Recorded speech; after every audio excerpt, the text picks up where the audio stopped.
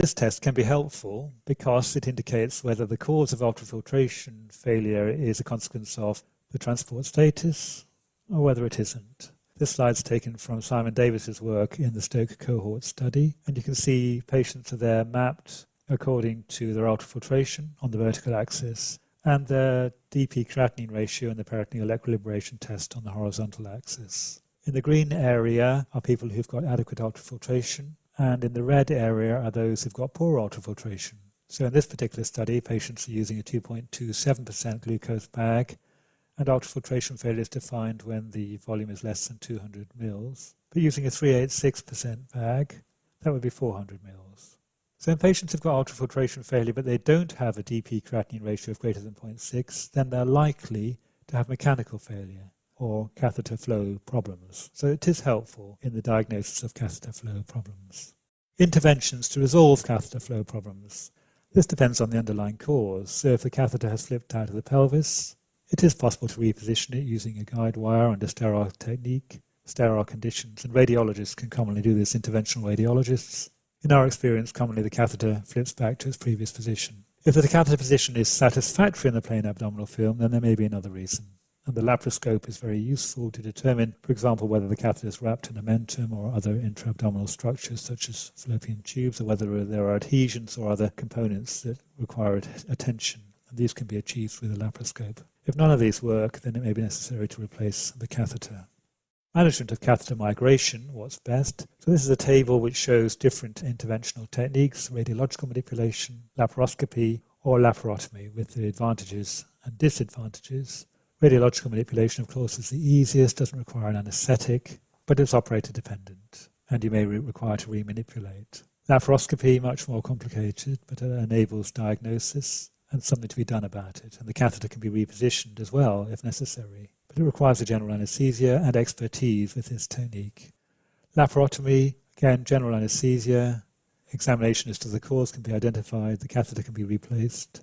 And of course, you may need to delay the use of the catheter after the catheter has been replaced to avoid leaks, or perform APD supine using low volumes till the catheter has healed properly.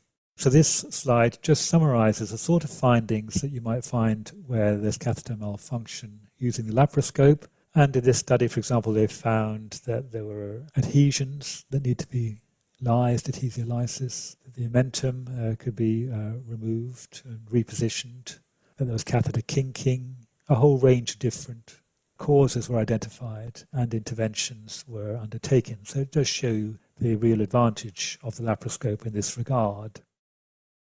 Describes an unusual case of catheter dysfunction I had early in my career, where a patient who had been commenced on peritoneal dialysis, an elderly man, had stopped doing it. I asked him why, and he told me whenever he drained a bag in, he got terrible diarrhea. And of course, when we put contrast down, we found that the catheter had eroded the bowel, and that required a surgical intervention. So this is a rare complication that can occur, and there are a range of other rare complications that are described as causes of catheter dysfunction, of course including hernias and leaks as well, but that's the subject of a separate talk by the ISPD.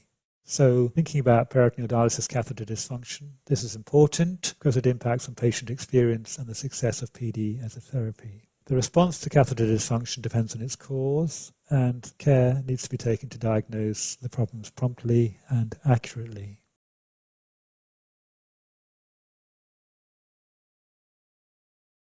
We have little evidence that one insertion technique or catheter type reduces the occurrence of catheter dysfunction more than another. However, some data from cohort studies that the laparoscopic approach combined with advanced techniques may have a reduced catheter dysfunction rate associated with it. But of course, the choice of catheter insertion technique is influenced by a range of service and patient factors at your particular site.